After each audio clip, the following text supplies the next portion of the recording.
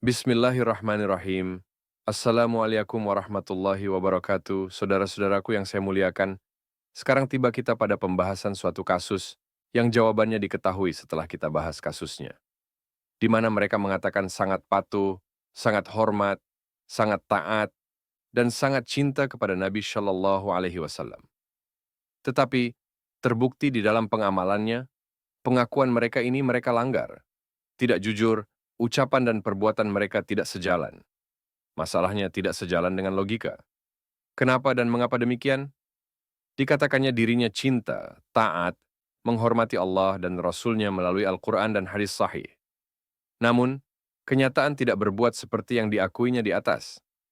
Sebagai contoh, akan kita tunjukkan di dalam pembahasan kasus selanjutnya. Di bawah ini, marilah kita mulai pembahasan ini dengan semangat mencari kebenaran dan memperkuat ketaatan kita hanya kepada Allah dan Rasul-Nya. Semoga Allah Subhanahu wa Ta'ala memberi hidayah kepada kita semua. Amin. Oleh Dr. Arifin Siregar. Pembahasan. Kita dianjurkan atau diajak oleh ulama, ustadz, atau penceramah untuk taat atau patuh mengerjakan ibadah maupun akidah sesuai petunjuk, ajaran, atau sunnah Nabi Shallallahu Alaihi Wasallam. Tetapi kenyataannya, di dalam pelaksanaan contoh-contoh ibadah atau akidah misalnya, timbul pertanyaan, apakah memang benar di antara para ulama, di antara ustadz, atau di antara penceramah, apa yang mereka harapkan atau mintakan kepada kita? Memang betul-betul mereka perbuat seperti yang mereka harapkan atau mintakan kepada kita. Kita ambil contoh pertama. Bentuk syahadat menurut hadis, riwayat Bukhari dan Muslim, Nabi Shallallahu Alaihi Wasallam menyatakan, Asyhadu an la ilaha illallah wa asyhadu anna Muhammadar Rasulullah. Maka, di antara ulama, ustadz, atau penceramah menyampaikan kepada kita bersyahadat seperti yang disebutkan di atas. Karena mazhabnya atau ulamanya mengajarkan bunyinya seperti di atas juga. Namun, pada masalah solawat, menurut hadis riwayat Muslim, Nabi Shallallahu Alaihi Wasallam menyatakan solawat berbunyi, Allahumma sholli ala Muhammad wa ala ali Muhammad, dan seterusnya.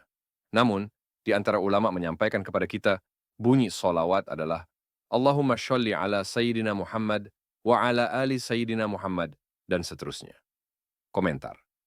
Timbul pertanyaan, apakah di antara ulama, di antara penceramah, atau di antara ustadz menyampaikan syahadat seperti di atas, tanpa Sayyidina, karena mazhabnya atau ulamanya menyampaikan syahadat juga tanpa Sayyidina? Pertanyaan ini timbul karena bentuk solawat yang diajarkan Nabi tanpa Sayyidina. Tetapi di antara ulama, di antara penceramah, dan di antara ustadz, menyampaikan solawat memakai Sayyidina, karena mazhabnya atau ulamanya menyampaikan solawat memakai Sayyidina. Jadi, menimbulkan pertanyaan, apakah ketaatan atau kepatuhan di antara ulama atau di antara penceramah mengikuti petunjuk Nabi Shallallahu Alaihi Wasallam atau sesungguhnya mengikuti mazhabnya atau ulamanya? Karena ketika bentuk solawat yang diamalkannya dan dipatuhinya adalah bentuk yang diajarkan oleh mazhabnya atau ulamanya, yaitu dengan tambahan Sayyidina. Jadi, hal ini membuktikan ketaatan atau kepatuhan mereka adalah sesungguhnya kepada mazhabnya atau ulamanya. Karena ketika syahadat tanpa Sayyidina, maka mereka sebut tanpa Sayyidina karena mazhabnya atau ulamanya mengajarkan tanpa Sayyidina. Namun, ketika solawat yang diikutinya adalah petunjuk atau ajaran mazhabnya atau ulamanya, yaitu memakai Sayyidina. Perlu diketahui, sekian banyak bentuk bunyi solawat yang diajarkan Nabi Shallallahu Alaihi Wasallam, semuanya tidak ada yang ditambahi dengan kata Sayyidina. Komentar. Padahal, di mana kepada kita diperintahkan, diwajibkan, perlu dipatuhi atau diimani perintah Allah Subhanahu wa Ta'ala melalui Quran Surah An-Nisa 59 yang berbunyi, Hai orang-orang yang beriman, taatlah kamu kepada Allah dan taatlah kepada Rasul-Nya serta pemimpin di antara kamu. Jika kamu berbeda pendapat tentang sesuatu, kembalilah kepada Allah dan Rasul jika kamu beriman kepada Allah dan hari akhir. Kemudian, Quran Surah An-Nisa 80, di mana Allah menyatakan, barang siapa mengikut Rasul, berarti mengikut Allah. Komentar.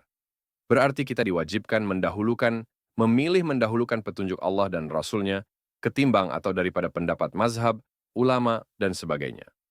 Hal seperti contoh di atas inilah yang menimbulkan pertanyaan atau kecurigaan kepada kita. Sejauh mana kepatuhan atau ketaatan di antara ulama, di antara penceramah, di antara ustadz kepada Allah dan Rasul-Nya. Di mana terbukti beberapa contoh mereka lebih memilih atau mendahulukan pendapat atau petunjuk mazhabnya atau ulamanya ketimbang petunjuk atau ajaran Allah dan Rasul-Nya. Komentar. Perlu diketahui bahwa lebih berbahaya, lebih buruk, dan lebih fatal perbuatan memilih atau daripada perbuatan melanggar adalah melanggar petunjuk atau ajaran yang tersirat di dalamnya. Seseorang masih mengakui kebenaran petunjuk, ajaran, atau sunnah Nabi Shallallahu Alaihi Wasallam, tetapi ada sesuatu sebab yang melanggarnya. Suatu waktu dia akan bertobat.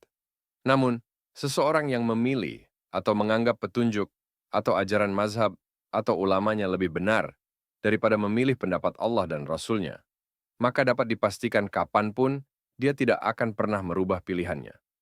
Berarti, dia tidak mentaati Quran Surah An-Nisa 59 dan Quran Surah An-Nisa 80 di atas. Bisa terjebak kepada ingkar sunnah, syirik, atau bid'ah, dan lupa untuk bertobat. Inilah bahaya dan keburukannya, dan tidak menunjukkan kejujuran mereka di antara ulama, di antara penceramah, di antara ustadz, dalam berdakwah kepada kita, umat Islam ini. Komentar adalah penambahan kata Sayyidina pada solawat yang tersirat, berarti menganggap bentuk petunjuk atau ajaran solawat yang disampaikan oleh Allah Subhanahu wa Ta'ala, mereka anggap masih kurang sempurna, atau menjatuhkan martabat Nabi Shallallahu Alaihi Wasallam dianggap setara dengan martabat sahabat.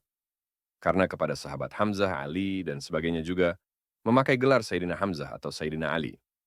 Kemudian, ketahuilah gelar kepada Nabi Muhammad telah diberikan oleh Allah Subhanahu wa Ta'ala, yaitu Shallallahu Alaihi Wasallam. Sedangkan kepada Nabi yang lain gelarnya hanya alaihi salam. Pertanyaan, apakah di antara ulama masih belum puas dengan gelar Shallallahu Alaihi Wasallam yang diberikan Allah Subhanahu wa Ta'ala khusus kepada Nabi Muhammad? Yang contoh kedua, Nabi Shallallahu Alaihi Wasallam menyuruh sholat witir 3 rakaat dengan 1 salam. Kenyataannya, di antara ulama mengajarkan atau melaksanakan sholat witir 3 rakaat dengan 2 salam. Tentu timbul pertanyaan, apakah kepatuhan kepada Nabi Shallallahu Alaihi Wasallam mengikut contoh-contoh ibadah sesuai ajarannya? Karena kebetulan di antara ulama mengajarkan kepadanya untuk mengikut contoh ulama mereka, bukan mengikut contoh yang diajarkan Nabi Shallallahu Alaihi Wasallam. Contoh ketiga, batal wudu. Hadis riwayat Bukhari dan Muslim, Nabi Shallallahu Alaihi Wasallam menyatakan, tidak batal wudu sentuh istri. Ternyata mereka, di antara ulama, mengajarkan kepada kita bahwa batal wudu sentuh istri. Contoh keempat, Nabi Shallallahu Alaihi Wasallam mencontohkan adzan sholat Jumat hanya 1 kali dan tidak ada sholat qabliyah Jumat. Ternyata di antara ulama mereka menyampaikan adzan sholat Jumat 2 kali dan disertai sholat qabliyah Jumat setelah masuk waktu sholat Jumat. Contoh kelima, Nabi Shallallahu Alaihi Wasallam menyatakan, setiap perbuatan ibadah harus didahului dengan niat. Tetapi ternyata mereka ajarkan niat sholat dimulai atau bersamaan dengan takbiratul ikhram. Berarti sholat dilakukan sebelum niat atau mengacaukan takbiratul ikhram, Allahu Akbar, yang berarti merusak rukun sholat. Contoh keenam, Nabi Shallallahu Alaihi Wasallam pernah melakukan qunut nazila dan hanya 1 bulan penuh, dan kemudian telah ditinggalkan. Mereka mengajarkan melakukan qunut setiap subuh, dan bacaannya tidak ada tuntunannya dari Nabi Shallallahu Alaihi Wasallam, berbeda dengan bacaan qunut nazila. Contoh ketujuh, Nabi Shallallahu Alaihi Wasallam mengajarkan setelah selesai imam membaca salam pada sholat jenazah, jenazah langsung diangkat ke kuburan. Tetapi mereka mengajarkan untuk menambah doa tambahan yang panjang sebelum jenazah diangkat ke kuburan. Contoh kedelapan, masih ada banyak contoh-contoh lain lagi. Komentar, hal inilah yang menjadi pertanyaan bagi kita. Kenapa diajarkan kepada kita supaya taat dan patuh kepada ajaran Nabi Shallallahu Alaihi Wasallam, tetapi kenyataannya dalam perbuatan dilanggar. Dan pelanggaran ini dilakukan oleh di antara ulama yang pintar-pintar dan terkenal alim. Demikianlah ceramah kita hari ini tentang pertanyaan terhadap ketaatan ulama, menyelaraskan pengakuan dan perbuatan dalam mengikuti ajaran Nabi Shallallahu Alaihi Wasallam. Semoga apa yang kita bahas bisa memberikan pemahaman yang lebih mendalam tentang pentingnya mengikuti ajaran Nabi dengan sebenar-benarnya, tidak hanya dalam perkataan tetapi juga dalam perbuatan.